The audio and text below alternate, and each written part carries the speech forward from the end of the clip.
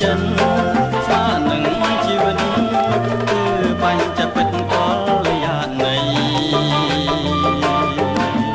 មានតែអូនទេដែលចិនបងបំណងបែកដី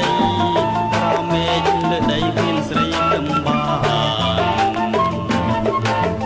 តាំងពីកើតមកបងមិនដែលឃើញឡើយណាអូនរូបដូចពីសូនពីសួគ៌ជាឋាន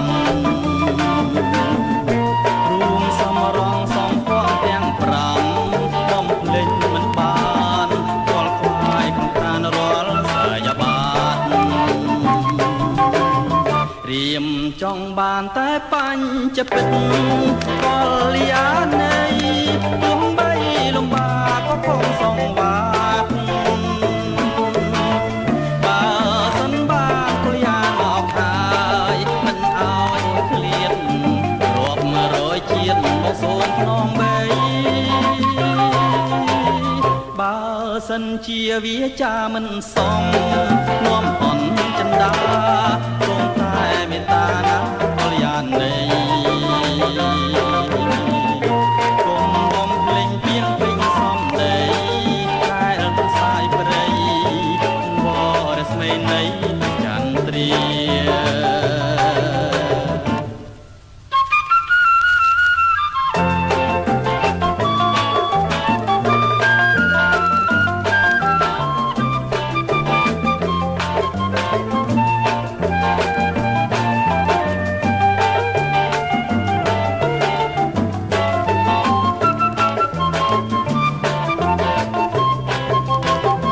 រៀមចង់បានតែបញ្ចពិត